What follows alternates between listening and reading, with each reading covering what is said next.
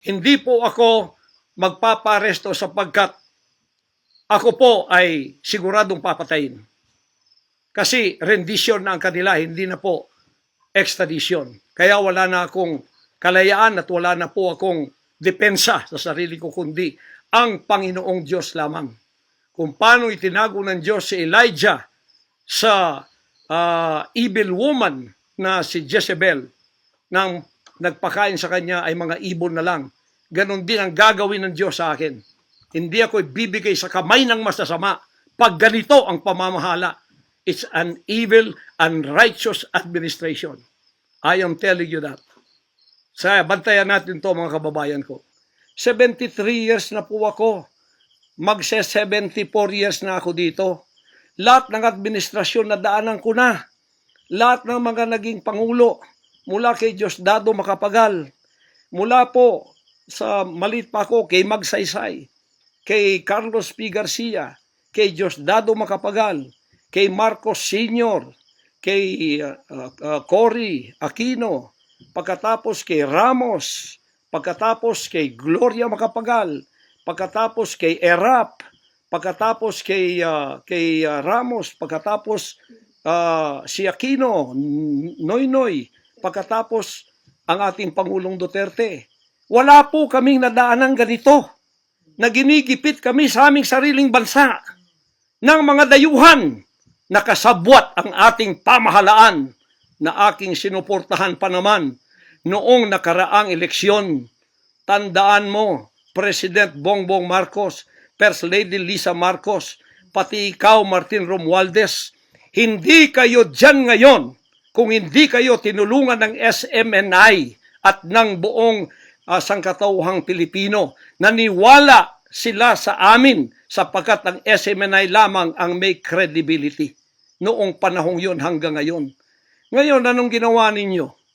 Pinaggagawan ninyo kami ng kasalanan, inilagay ninyo kami sa kahihiyan, pagkatapos ibinilanggo pa ninyo ang dalawa naming mamamahayag, pagkatapos inaapi ninyo kami ng ganito-ganito lang. Ang aming pong tolerance, it has come to the rim. Our tolerance has been to the roofs already. Alam ninyo, hindi na po biro itong nangyayari sa bansang ito.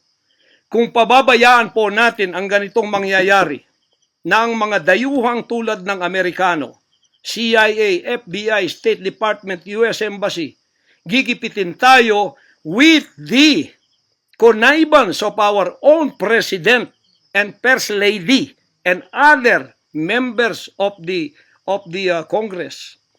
Kung pababayaan natin ito, nangyayari sa isang Pilipinong tulad ko na gumagawa ng kabutihan, trying our very best para makatulong kami, humanitarian, Children's Joy Foundation, demonize kami, kinriminalize kami.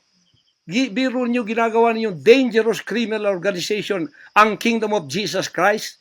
Buong sanlibutan ang akin pong 38 years na munga ng mga 6 hanggang 7 milyong kaluluwa na niwala sa katwiran at nagbago ang buhay. Ngayon, ginaganito niyo ako ng dahil sa inyong politika na ang aking itinataas naman ay mga leader na tama tulad ni Duterte. Kasalanan ko ba yun na maniwala ako sa isang leader na matuwid at akin siyang itaas? Pagkatapos ganito kayo kadesperado para ako'y patayin at ang lahat ng aking mga senior leaders papatayin din, hanggang yung mga leaders na pwede pang pagkatiwalaan papatayin ninyo. And then you take over all of our properties and compound. Pagkatapos, lilinlangin ninyo ang mga tao. Pagkatapos, magtatayo kayo ng sariling korporasyon. I-incorporate ninyo doon ang lahat ng properties na pinaghirapan, blood, sweat, and tears ng aking mga members all over the world.